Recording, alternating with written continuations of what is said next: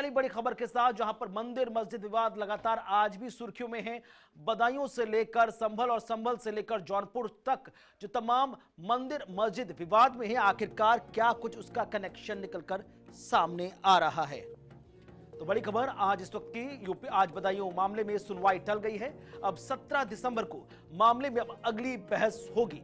मुस्लिम पक्ष की तरफ को कोर्ट की तरफ से बार बार ये कहा गया था कि आप अपना पूरा जो तैयारी है वो पटल पर रखें, तमाम चीज, तमाम आधार कानून के संबंध में जो आपकी सुनवाई है उसको आगे बढ़ाएं। इसी के तहत आज उनको अपनी सभी बातें कोर्ट की हियरिंग के मद्देनजर जज के सामने रखनी थी, लेकिन फिलहाल ये कार्रवाई टल गई है। तो जामा मस्जिद बनाम नीलकंठ महादेव मामले में सुनवाई टली है। आज बदायूं मामले में सुनवाई टली है। सबकी निगाहें आज इस पूरे मामले को लेकर थी। अब 17 दिसंबर को इस मामले पर अगली जो हियरिंग है होती हुई नजर आएगी। जिला बार के अधिवक्ता के निधन के चलते इस सुनवाई को आज के लिए टालना पड़ा। तो बड़ी खबर, जहां पर आज बदायूं मंदिर मस्जिद मामले में महत्वपूर्ण सुनवाई थी, जहां पर जिला जज की तरफ से मुस्लिम पक्ष को कहा गया था कि आज आपको अपनी पूरी सुनवाई खत्म करनी है।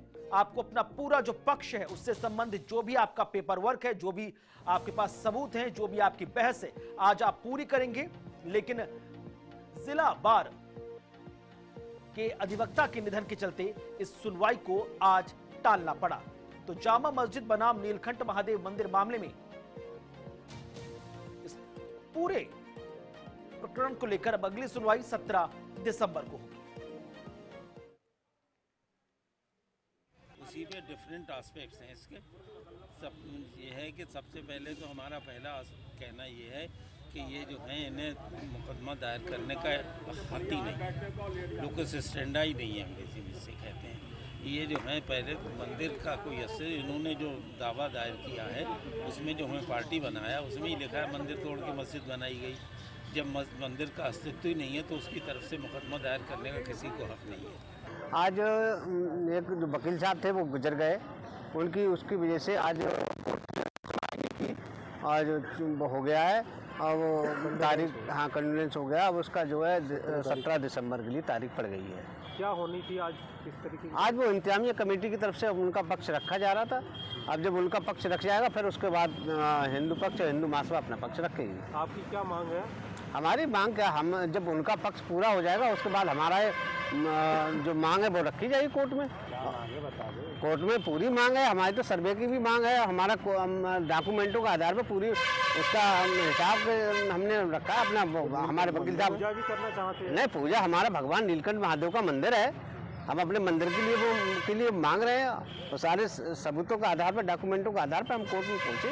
ऐसे थोड़ा ही गए कोई आए और चले गए। कि आज एक अधिवक्ता मोहम्मद असलम हैं, उनका आकस्मिक निधन हो गया, जिस कारण कंडोलेंस हो गई है और अब अग्रिम सुनवाई की तिथि 17 दिसंबर नियत कर दी गई है।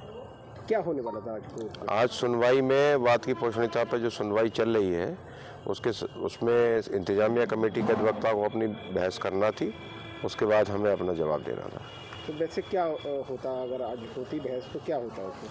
आज अगर बहस होती तो उस पर वो अपनी पूरी बहस करते बात की पोषणीयता पे, और फिर उसके बाद हम पूरा जवाब देते, फिर डेट जो थी आदेश के लिए कोई कोर्ट नियत कर।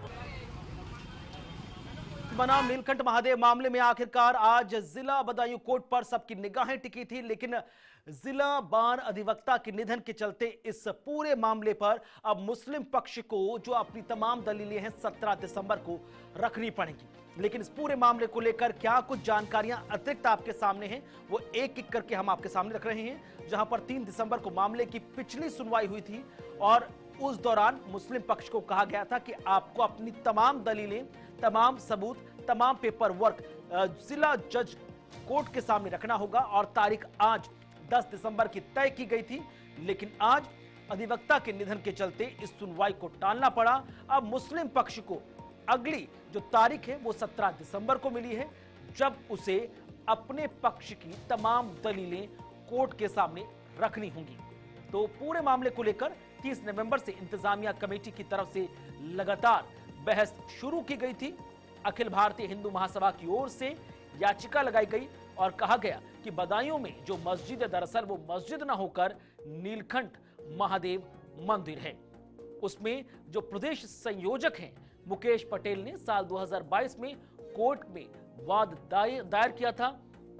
एक एक करके चीजें आगे बढ़ी और अब हिंदू पक्ष ये लगातार कोर्ट के माध्यम से अपील कर रहा है कि आर्कियोलॉजिकल सर्वे ऑफ इंडिया का एडवोकेट कमिश्नर के नेतृत्व में सर्वे हो ताकि दूध का दूध पानी का पानी हो जाए।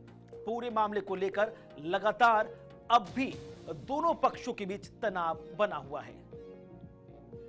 और इस वक्त हमारे साथ हमारे संवाददाता ग्राउंड जीरो से जुड़ रहे हैं एक एक करके सोनू यादव बदायूं से और विजेंद्र सिंह संभल से। दोनों का एक एक करके रुख करेंगे क्योंकि दोनों ही इलाकों में जो मस्जिद है वो लगातार इस वक्त सवालों के कटघरे में है, क्योंकि अलग अलग हिंदू संगठनों की तरफ से संभल हो या बदायूं हो दोनों ही जगहों पर हिंदू संगठनों की तरफ से दावा ठोका गया। शुरुआत सोनू आप ही से कर रहे हैं, जहां पर आज सबकी निगाहें बदायूं जिला कोर्ट की तरफ थी कि मुस्लिम पक्ष को अपनी तमाम दलीलें कोर्ट के पटल पर रखनी थी। आज उसको अपनी सारी जो तैयारी थी वो कोर्ट के सामने रखनी थी, जैसा कि 3 दिसंबर को डिसाइड किया गया था।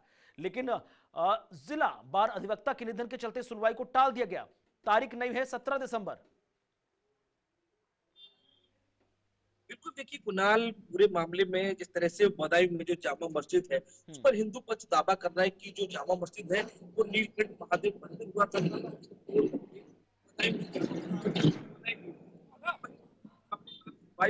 एक दत्ता के निधन के चलते अभी सुनवाई नई तारीख है और यह 17 दिसंबर को अब एक बार फिर इंतजामिया कमेटी अपना पक्ष रखेगी और इंतजामिया कमेटी के पक्ष के बाद जो हिंदू महासभा है वो अपना पक्ष रखेगी और उसके बाद कोर्ट पूरे मामले में जो भी होगा वो आदेश जारी करेगा।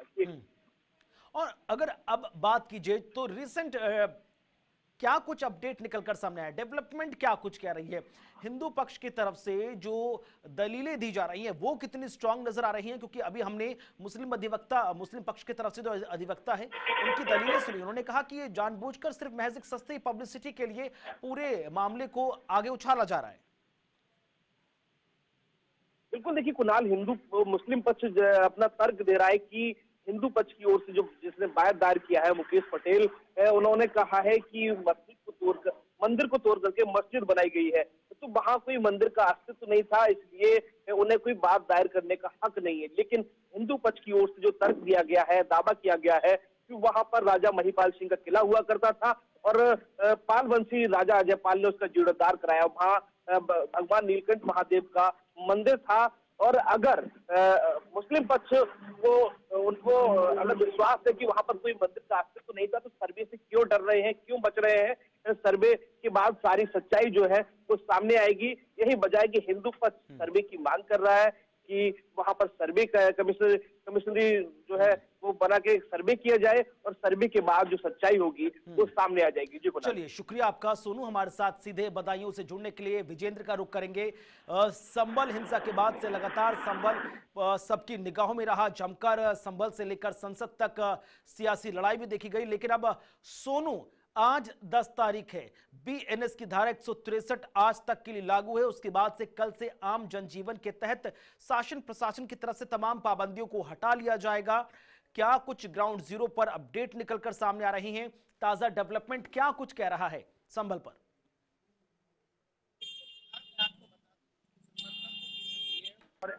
डीआईजी और कमिश्नर जो थे अजेंद्र कुमार, उन्होंने 10 दिसंबर तक के 163 बीएनएस लगाई थी जो धारा 144 है। अब देखना ये होगा कि शाम तक कितना अभी समय है कि शाम के बाद कोई और नया आदेश तो नहीं होता। अगर ये आदेश नहीं होता है और ये धारा जो लगी थी वो नहीं बढ़ाई जाती है या फिर जो बाहरी लोगों पर प्रतिबंध था नेताओं पर, अगर वो नहीं बढ़ाया जाता है तो उसके बाद देखने वाली बात ये होगी कल से जो लोग, जो पार्टियां थी, सपा हो, कांग्रेस हो, वो आना चाह रहे थे संभल, वो आते हैं या नहीं, किस तरह का माहौल देखना होगा, ये कल के बाद देखने वाली बात होगी। लेकिन अभी तक कोई अग्रिम आदेश नहीं आया है कि धारा 163 बीएनएस बढ़ाई जाएगी या नहीं, ये शाम तक क्लियर हो पाएगा। और अगर ग्राउंड जीरो की बात करें तो पूरी तरह से जो संभल है वो पुलिस व्यवस्था यानी संगीनों के साए में कह सकते हैं। पूरी तरह से अभी भी जो 3 लेयर फोर्स है वो यहाँ पर तैनात है। पुलिस फोर्स पूरी संभल में चारों तरफ तैनात किया गया है, चाहे आरआरएफ हो, आरएएफ हो, पीएससी हो या फिर स्थानीय पुलिस हो। भारी तादाद में यहाँ पर पुलिस को लगाया गया है और पूरी तरह से संभल में अभी जो है शांति है कुणाल जी। लेकिन विजेंद्र, अब आगे की क्या कुछ रणनीति निकल कर आ रही है? ग्राउंड जीरो से अपडेट तो आ रही होंगी कि सपा हो, बसपा हो, कांग्रेस हो, उनकी तरफ से अब 11 तारीख से आगे की क्या रणनीति है, उसको किस तरह से धार देना है? जो दिग्गज उनके बड़े नेता हैं दिल्ली से जब आएंगे तो किस तरह से उनको एंटरटेन करना है, तमाम चीजें निकल कर आ रही होंगी। जी बिल्कुल, मैं आपको बता दूं, इस पर प्रशासन की भी पैनी नजर है कि अगर धारा 144 163 बीएनएस अगर हटाई जाती है तो निश्चित तौर पर ही चाहे सपा मुखिया अखिलेश यादव हो या कांग्रेस से राहुल गांधी हो, प्रियंका गांधी हो, सभी नेता जरूर पहुंचेंगे। पहले भी दावा कर चुके हैं। आपने देखा किस तरह से प्रशासन ने राहुल गांधी को रोका था और जो समाजवादी का मंडल आना चाहता था उसे रोका था। अब निश्चित तौर पर जो नेता है वो जरूर पहुंचेंगे। अगर प्रशासन की बात करें तो प्रशासन पूरी तरह से इस चीज को लेकर गंभीर है और सुरक्षा व्यवस्था अभी भी संभल में पूरी तरह से चाक-चौबंद है कुणाल जी। चलिए, शुक्रिया आपका विजेंद्र, हमारे साथ संभल से लाइव एक्सक्लूसिव जुड़ने के लिए और ताजा अपडेट संभल के हालातों पर देने के लिए। आगे बढ़ रहे हैं, रुक कर रहे हैं मंदिर मस्जिद विवाद मामले के बाद अब विपक्ष की, क्योंकि चाहे मंदिर मस्जिद मामला हो या फिर अगली खबर, लगातार विपक्ष इस पर सबकी निगाहें टिकी हैं। अगली खबर है कि विपक्ष का बॉस कौन है। जी हां, इंडिया गठबंधन में लगातार कौन नेतृत्व करता हुआ नजर आएगा? मौजूदा नेतृत्व क्या अच्छी तरह से इंडिया अलायंस को रिप्रेजेंट कर रहा है? एक बड़ा सवाल बना हुआ है। ममता बनर्जी की जो डिमांड है वो लगातार बढ़ती जा रही है। ममता बनर्जी के सपोर्ट में एक एक करके इंडिया अलायंस के जो तमाम नेता हैं वो सामने आ चुके हैं। बॉस को लेकर जमकर सियासी वार पलटवार चल रहा है। अब इंडिया अलायंस में हर कोई बॉस बनने को तैयार है, लेकिन सबकी बात की जाए तो शिवसेना उद्धव गुट हो, चाहे टीएमसी हो, चाहे समाजवादी पार्टी हो, चाहे आरजेडी हो, सभी एक एक करके ममता बनर्जी के फुल सपोर्ट में उतर आए हैं। ताजा बयान इस वक्त आरजेडी सुप्रीमो लालू प्रसाद यादव का है। उन्होंने कहा कि ममता एक बहादुर महिला हैं, हमेशा से हर तरह की रणनीति पर उन्होंने बेहतर तरीके से मोर्चा संभाला है, लिहाजा उनकी तरफ से ममता बनर्जी को पूरा सपोर्ट है। जबकि राहुल गांधी को लेकर उन्होंने कहा कि कांग्रेस की किसी भी बात से अब कोई फर्क नहीं पड़ता, कांग्रेस का प्रदर्शन लगातार गिरता जा रहा है और कांग्रेस इंडिया अलायंस को साथ लेकर चलने में फिलहाल कमजोर नजर आ रहा है। तो चाहे उद्धव ठाकरे हो, आदित्य ठाकरे हो, रामगोपाल यादव हो, चाहे हम बात कर ले तेजस्वी यादव की या लालू प्रसाद यादव की, सभी एक एक करके ममता बनर्जी के सपोर्ट में उतर आए हैं। जबकि ममता बनर्जी का साफ कहना है कि इंडिया अलायंस की नींव खुद उन्होंने रखी थी, अगर उन्हें मौका मिलता है इसका नेतृत्व करने का तो वो ये करने के लिए तैयार हैं।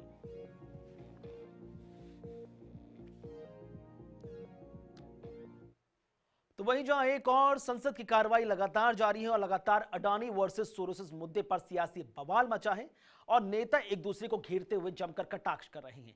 इसी बीच इसी सत्र में one nation one election bill भी पेश किया जा सकता है। दूसरी ओर इंडिया गठबंधन में बॉस को लेकर सियासी लड़ाई जारी है। इन्हीं तमाम मुद्दों को लेकर हमारे सहयोगी रजा अब्बास ने यूपी सपा प्रदेश अध्यक्ष श्याम लाल पाल से एक्सक्लूसिव बातचीत की। देखिए आप।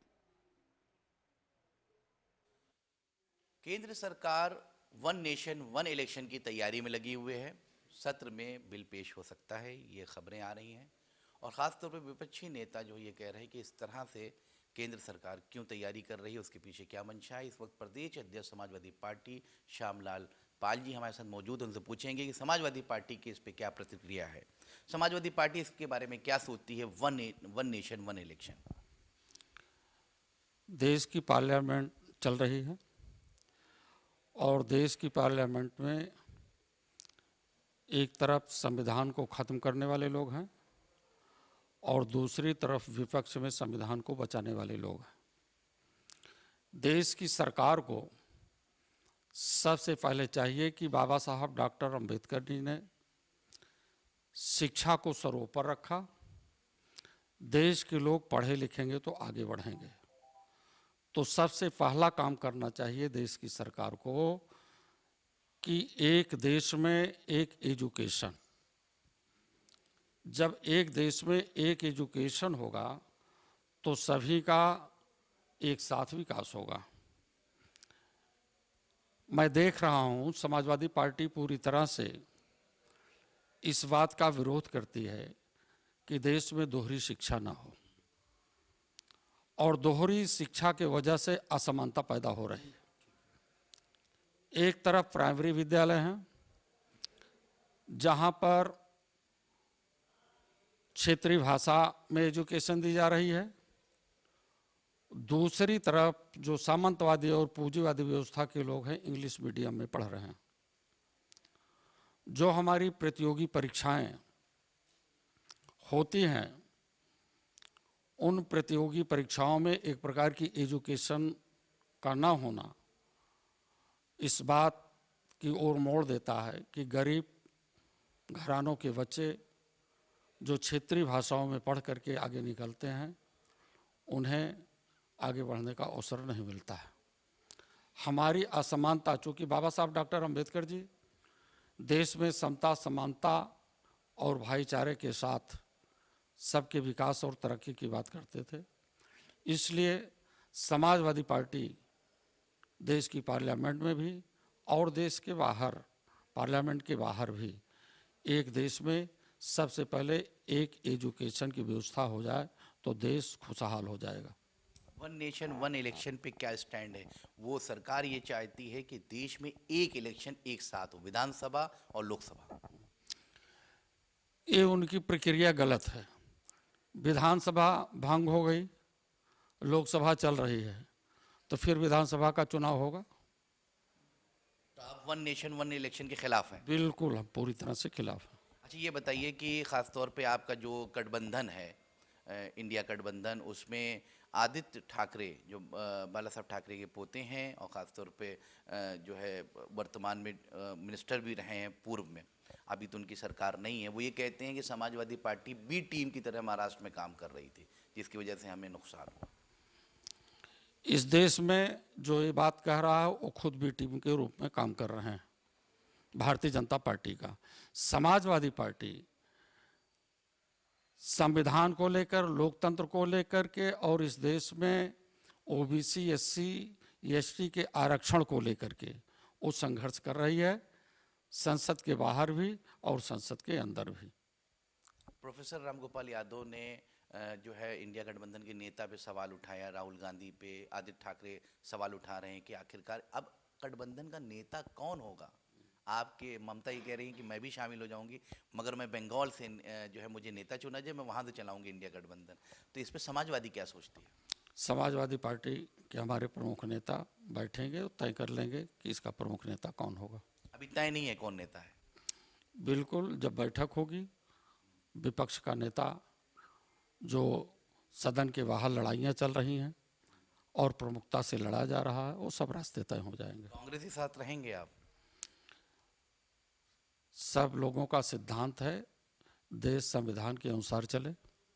भारतीय जनता पार्टी देश को संविधान के तहत नहीं ले जा रही है, लोकतंत्र की हत्या कर रही है, पिस्तौल के बल पर वोटरों को रोकने का काम कर रही है। वोट परसेंटेज बढ़ना चाहिए, ये निर्वाचन आयोग का भी फार्मूला है, पर वर्तमान सरकार उत्तर प्रदेश में आपने देखा कि पिस्तौल के बल पर पुरुष के साथ साथ महिलाओं को भी वोट देने से रोकने का काम किया है। ये लोकतंत्र की पूरी तरह से हत्या है। आखिरी सवाल है अध्यक्ष जी, खास तौर पे इसमें आपके गठबंधन में जो एक दूसरे पे अटैकिंग बयानात आ रहे हैं और वहाँ पे नेता ये कह रहे हैं कि हम सब एक भी हैं, इलेक्शन सब साथ में लड़ेंगे। आप लोग भी वर्तमान में 2024 के लोकसभा साथ में लड़े, कांग्रेस के साथ तमाम पार्टियां रहीं तमाम देश में, तो आपको ये लग रहा है कि उधर बीजेपी की लेकर कि इंडिया गठबंधन में दरार है, ये टूट जाएगी, क्योंकि कहीं ना कहीं सत्ता की लालच थी, इस बुनियाद पे इंडिया गठबंधन बना, ये बीजेपी के नेता कह रहे। तो आपका गठबंधन अभी फिलहाल है और मजबूत रहेगा? बीजेपी की वो सोच गड़बड़ है और नेचर बढ़ जाए। खरबूजे को देख ले, खरबूजा बाहर से देखने में अनेक भागों में दिखाई पड़ता है और उसकी मिठास एक होती है। सभी लोग संविधान को बचाने के लिए विपक्ष के लोग मजबूत लड़ाई लड़ रहे हैं और एक हैं। इंडिया गठबंधन रहेगा? ये थे हमारे साथ प्रदेश अध्यक्ष श्यामलाल पाल जी, जिनका सब साफ कहना है कि इंडिया गठबंधन भी रहेगा और खासतौर पे वन नेशन वन इलेक्शन के खिलाफ है Samajwadi party. Camera person Kishan के साथ रजा अब्बास, लखनऊ, जेके न्यूज। तो सुना आपने समाजवादी पार्टी के यूपी प्रदेश अध्यक्ष श्यामलाल पाल को, जिन्होंने तमाम महत्वपूर्ण मुद्दे और ज्वलंत मुद्दों पर खुलकर समाजवादी पार्टी का स्टैंड क्लियर कर ही दिया। आगे बढ़ रहे हैं, रुक कर रहे हैं अगली बड़ी महत्वपूर्ण खबर की तरफ। तो जहां एक तरफ दिल्ली में यह तय किया जा रहा है कि इंडिया अलायंस का नेतृत्व कौन करेगा, तो वहीं दूसरी तरफ बयानों पर घमासान भी जारी है। इंडिया अलायंस में ही एक ऐसे नेता है जिनका बयान इस वक्त लगातार सुर्खियों में है, वायरल है, और वो जनाब है आरजेडी सुप्रीमो लालू प्रसाद यादव, जिन्होंने हाल ही में एक तरफ तो एक कंफ्यूजन दूर कर दिया, अपना पार्टी का पूरा सपोर्ट ममता बनर्जी को दे दिया, वहीं दूसरी तरफ महिलाओं के सम्मान को लेकर एक ऐसा बयान दिया जो लगातार अमर्यादित भाषा के तौर पर देखा जा रहा है। तो लालू प्रसाद यादव के नीतीश कुमार को लेकर बिगड़े बोल, महिला संवाद यात्रा को लेकर लालू यादव ने विवादित बयान दे दिया। लालू यादव ने कहा कि अच्छा है, जा रहे हैं, नैन सुख ले रहे हैं। दरअसल लालू प्रसाद यादव से जब मीडिया ने सवाल किया, महिला संवाद कार्यक्रम जो चल रहा है बिहार सरकार में, महिला संवाद यात्रा में, उसको लेकर आपकी क्या प्रतिक्रिया है, तो उन्होंने कहा कि नीतीश कुमार को लेकर कि पहले आंखें सेकने जा रहे हैं वो अपनी। तो लालू प्रसाद यादव कई बार बयान सुर्खियों में, और एक बार फिर से भारतीय जनता पार्टी ने और जेडीयू ने मोर्चा खोल दिया है लालू प्रसाद यादव के खिलाफ। बीजेपी ने कहा कि लालू प्रसाद यादव की ओछी सोच ही है जो उनके बयानों में झलकती है। उन्होंने साफ कहा कि लालू प्रसाद यादव ना पहले महिला का सम्मान करते थे, ना अब कभी करते हैं, और ना भविष्य में कर पाएंगे।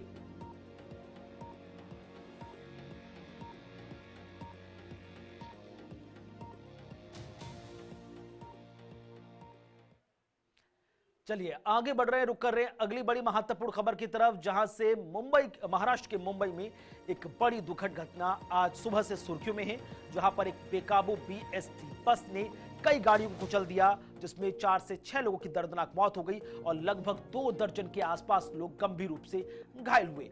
महाराष्ट्र की राजधानी मुंबई के अंदर इस बीएसटी बस हादसे में अब तक 7 लोगों की मौत हो चुकी है और हादसे में लगभग 49 यानी कि लगभग 50 लोग घायल हुए हैं। हादसे वाले दिन पहली बार बस ड्राइवर चला रहा था और पुलिस ने बस ड्राइवर को अब गिरफ्तार भी कर लिया है।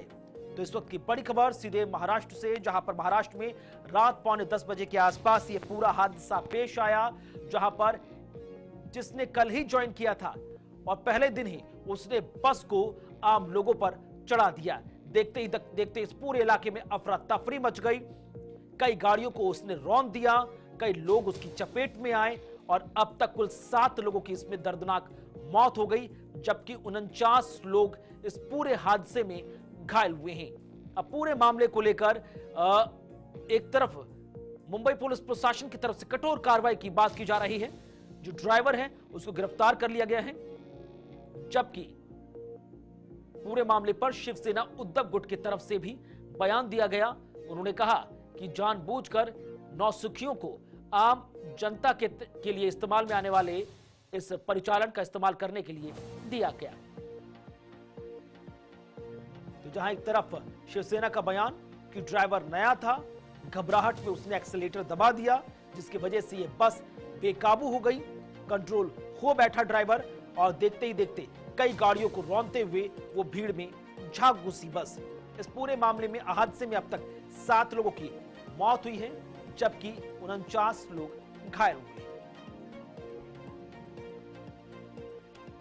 तो बीएसटी बस के ड्राइवर द्वारा जो लापरवाही बरती गई, गैर इरादा हत्या का मामला दर्ज कर लिया गया है। लेकिन इस पूरे मामले में क्या कुछ पूरी विस्तार से जानकारी है, एक एक करके ग्राफिक्स के माध्यम से हम आपके सामने लेकर आ रहे हैं और बता रहे हैं कि बीती रात जो मुंबई के कुर्ला में पूरा हादसा पेश आया वो कहता क्या है। दरअसल 3 महीने पुरानी ये बस है, यानी कि बस में कहीं से कहीं तक कोई दिक्कत नहीं थी, लेकिन जो ड्राइवर था उसने बीते दिन ही ज्वाइन किया था। 20 अगस्त को एवी ट्रांस नामक कंपनी के साथ ये रजिस्टर्ड भी की गई और हादसे को लेकर एक के बाद एक नए खुलासे निकलकर सामने आ रहे हैं। पहला खुलासा यह भी करता है, जल्दी जल्दी ग्राफिक्स चलाइए। पहला खुलासा यह भी किया जा रहा है कि ड्राइवर नया था, बीते दिन उसने ज्वाइन किया था और जानकारी है कि ओलेक्ट्रा की ओर से यह निर्मित बस है।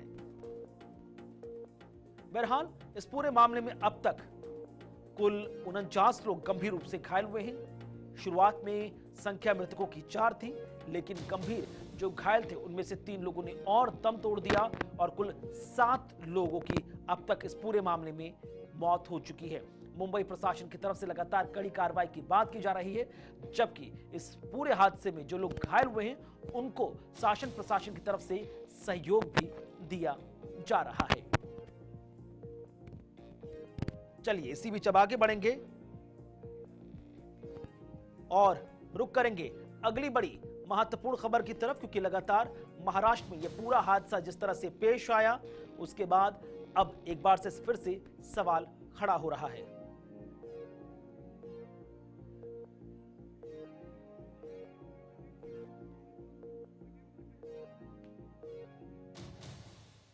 अजय पाठक हैं, भारतीय जनता पार्टी से प्रवक्ता हमारे साथ फोन लाइन पर। अजय जी, बहुत बहुत स्वागत, शुक्रिया आपका।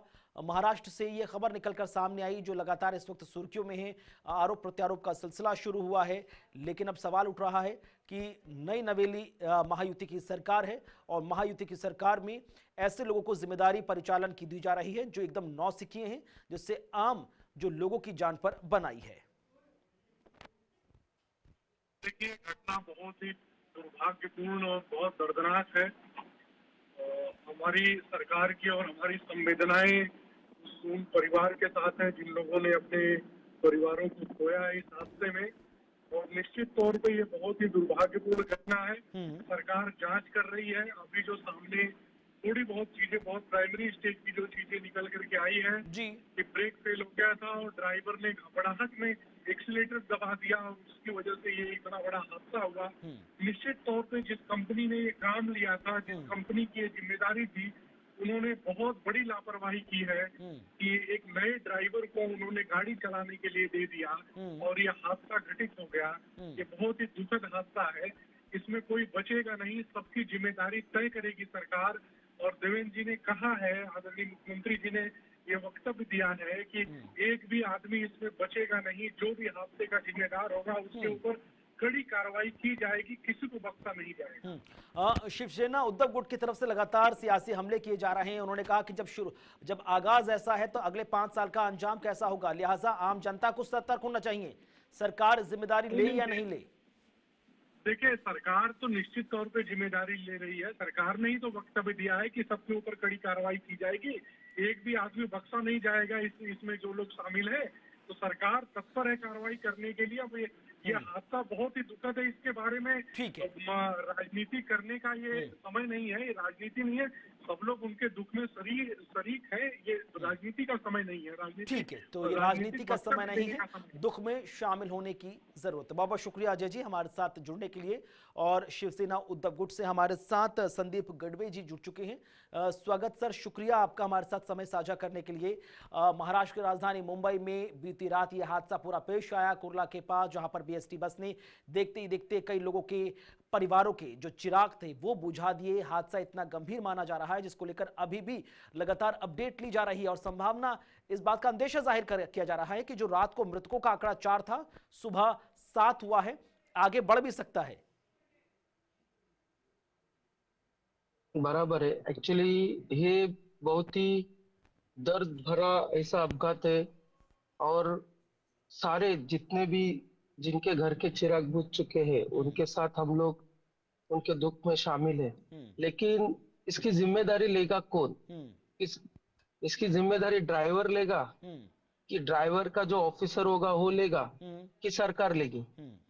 क्योंकि जो अपने जिनके अभी घर के सब लड़के गए, आदमी गए, लेकिन उनके घर पे अभी क्या बीती होगी? क्योंकि अभी जैसे बोला गया, हमारे अभी शिंदेगढ़ के जो विधायक है उन्होंने बोला गया कि घबराहट में एक्सीलेटर दबा दिया। ठीक है, घबराहट में एक्सीलेटर दबा दिया। आप लोग ही बोल रहे हो कि उन्होंने दारू पिया था, लेकिन इसके लिए कोई ऑफिसर वहां पे था कि नहीं, कि जो गाड़ी पे अगर जो ड्यूटी दे रहा है ड्राइवर को, उस टाइम चेक करने का काम भी सरकार की उस सिस्टम का है कि उन्होंने इतनी बड़ी, यानी एक गाड़ी कम से कम, आज आप मुंबई की बस की हालत देखोगे इतने 2 साल में, तो बहुत ही खराब है। यानी उनका कोई मेंटेनेंस नहीं हो रहा है, एक तो कॉन्ट्रैक्ट में देने के बाद भी कोई किस पे ध्यान दे रहा है, सब अपने अपनी। वैसे बस में कोई लोग रहेंगे, रोड पे चल रहे हैं, यानी कोई सेफ नहीं है। मुंबई में ऐसी हालत आज बीजेपी करके जो रखी है पूरे महायुति में मुंबई सबसे की। बड़ा चेहरा है, वो कह रही है कि शिवसेना उद्धव गुट को थोड़ा समझना चाहिए। बड़ा इस वक्त दुखद पहाड़ है जो टूटा है उन परिवारों के साथ, राजनीति नहीं करनी चाहिए, जिम्मेदारी हम तय करेंगे, कठोर कार्रवाई भी करेंगे और बिल्कुल ऐसा संदेश राजनीति देंगे नहीं कि करनी आगे लोग चाहिए। याद रखें। आपकी बात हम भी उनके इसमें ही है कि हम उनके ऊपर कोई राजनीति नहीं कर रहे, लेकिन कितनी बार आज आप महाराष्ट्र में देखोगे तो दिन ब दिन रोज ये अपघात हो रहे हैं। रोज कहाँ ने कहा बीएसटी की बस चल रही है, कहाँ कोई अपना महामंडल, एसटी महामंडल की बस का अपघात हो रहा है। अभी आप गए 2-3 महीने में देखो कितनी बसेस का अपघात हुआ है। क्यों हो रहा है?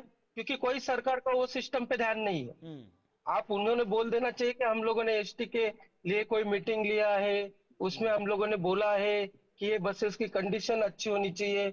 हम लोग खाली हमारे ऐड के लिए बसेस का यूज कर रहे हैं, लेकिन वो बसेस की हालत, आपने भी सोशल मीडिया पे महाराष्ट्र की एसटी बसेस का हाल देखा होगा। नीचे उनकी ऐड रहती है, लेकिन ऊपर वो विंडो भी नहीं है वो बस को। यानी एक महीने के अंदर खाली एसटी और बेएसटी, ये जो मुंबई में चलती है वो बेएसटी और महाराष्ट्र में एसटी, इसमें बहुत सारे जाने गए। लेकिन बाद में हम लोग क्या कर रहे हैं, सरकार, हाँ वो बिल्कुल, तो परिवार को हम सरकार को लोग 5 लाख जवाबदेही रुपए सुनिश्चित देंगे। करनी होगी अरे और इस 5 लाख में उनका बात को लेकर आश्वासन भी देना पड़ेगा और पुख्ता कदम उठाने पड़ेंगे कि भविष्य में इस तरह की घटनाएं पेश ना आए। बहरहाल बहुत बहुत शुक्रिया संदीप जी हमारे साथ जुड़ने के लिए और इस पूरी दुखद खबर पर विस्तार से अपनी बात रखने के लिए। आगे बढ़ रहे हैं, रुक कर रहे हैं अगली बड़ी महत्वपूर्ण खबर की तरफ, क्योंकि अब जो किसानों का प्लान है वो लगातार अब भी चर्चाओं में बना हुआ है। अपना 13 सूत्री मांगों को लेकर किसान लगातार इस वक्त बॉर्डर पर डटने की बात कर रहे हैं। सुप्रीम कोर्ट तक पूरा मामला पहुंचा है याचिकाकर्ता के माध्यम से, लेकिन आने वाले वक्त में किसान किस तरह से रणनीति बनाएंगे उस पर सबकी निगाहें टिकी हैं। तो 10 महीने से शंभू बॉर्डर पर किसान आंदोलन लगातार जारी है। बीते दिन में हमने देखा किस तरह से किसान आंदोलन के चलते शंभू बॉर्डर बंद होने से लोगों को परेशानी हुई, कच्चे रास्तों पर आवाजाही और अरबों का अब तक नुकसान हुआ है। इसके चलते प्रशासन को भी काफी कड़ी मशक्कत करनी पड़ रही है, चाहे पंजाब हरियाणा का शंभू बॉर्डर हो या हरियाणा दिल्ली का शंभू बॉर्डर हो। इन दोनों ही इलाकों में प्रशासन की मुस्तैदगी बहुत ज्यादा है। दिल्ली कूच को रोकने को लेकर लगातार इस वक्त कोशिश भी की जा रही है। दिल्ली में शीतकालीन सत्र चल रहा है, ऐसे में दिल्ली में ऑलरेडी बहुत ज्यादा चीजें हैं जो एक के बाद एक अंजाम दी जा रही हैं और किसानों की जो दिल्ली कूच है वो इस वक्त किसी भी तरह से स्वीकार योग्य नहीं है। जबकि केंद्र सरकार ने कहा कि वो किसानों की 13 सूत्री मांगों से अवगत है, हर एक स्तर पर लगातार हर मांगों का निवारण करने की पर्याप्त संभावना कोशिश भी की जा रही है, काफी हद तक का समाधान हुआ है। लेकिन उसके बावजूद किसान इस तरह से लंबे चौड़े आंदोलन को लेकर व्यवस्थाओं को ठप करने का प्रयास करेंगे तो ये भी आम जनहित के लिहाज से स्वीकार्य नहीं होगा।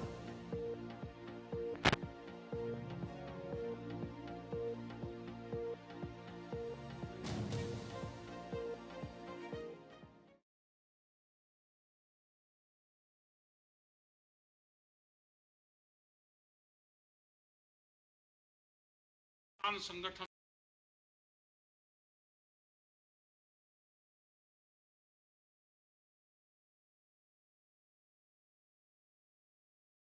रहे हैं, बात उसकी भी करेंगे। पब्लिक और किसान संगठनों को कैसे आमने सामने करवा रहा है उसकी भी बात करेंगे। अभी हम अगर उत्तर प्रदेश की बात करें तो खास करके अपने ही संगठन जो एसकेएम से भी अलग हैं आपस में लड़ने का काम कर रहे हैं। ये किसकी साजिश हो सकती है कि एक दूसरे के खिलाफ कोर्ट कचहरी और मुकदमों तक चले गए। बहुत से जिलों में ये विवाद चले हुए हैं। सरकार तो चाहती यही है कि आपस में किसान संगठन के लोग आपस में लड़ें और मुकदमे तक बात जाएं। वो चाहे बिजनौर का इश्यू हो, चाहे वो लखीमपुर खीरी के हो, हरदोई का मामला हो, चाहे वो शामली का इश्यू हो, वो गौतम बुद्ध नगर का हो, वो अलीगढ़ का हो। तो इस तरह के विवाद सामने आए हैं। सभी लोग इस पर संज्ञान लें, आपस में बैठ के बातचीत से समाधान करें। लड़ाई समाधान नहीं है। बहुत से लोग हो गए कि धरने प्रदर्शन गांव में कर रहे हैं, गांव के इशू पर धरने प्रदर्शन कर रहे हैं, गांव में दो पार्टी बन रही। किसान संगठन का काम है कि गांव में कोई भी विवादित चीज हो, वो चकबंदी हो, वो राशन के कोटे का मामला हो, ये बहुत से विवादित चीजें होती हैं। आपस में सिफारिश करनी किसी की हो, ये एक विवादित चीजें हैं कि जिससे गांव के लोग आपस में पार्टीबाजी कर रहे हैं। किसान संगठनों का काम है कि वो किसानों के इशू उठावे, आपस में कोई विवाद है तो उसका समझौता करवावे। किसी भी पब्लिक विवाद में नहीं फंसना चाहिए। जैसे पंजाब में रास्ते जाम, वो यहां पे भी, चाहे वो किसान संगठन करे या कोई भी करे, जनसंख्या बहुत बढ़ रही है, पब्लिक तंग होती है रास्ते जामों से। वो पब्लिक ही आमने सामना होगी। जैसे कुछ वीडियो आ रही है, वे किसान संगठनों को ही कह रही कि हमारा पूरा कारोबार खत्म हो गया, हम कहां को जाएं। तो इन चीजों से हमको बचना पड़ेगा। पंजाब में जो आंदोलन चल रहा है वे हमारे साथी हैं, सारे पंजाब वाले भी। तो भारतीय किसान यूनियन के नेता राकेश टिकैत को आपने सुना, जिन्होंने साफ कहा कि किसानों को संयुक्त रूप से एक साथ मोर्चा संभालने की जरूरत है। बहरहाल इसी के साथ हमारे आज की न्यूज़ एट 1 में बस इतना ही। वक्त छोटे से ब्रेक का, खबरें आगे जारी हैं।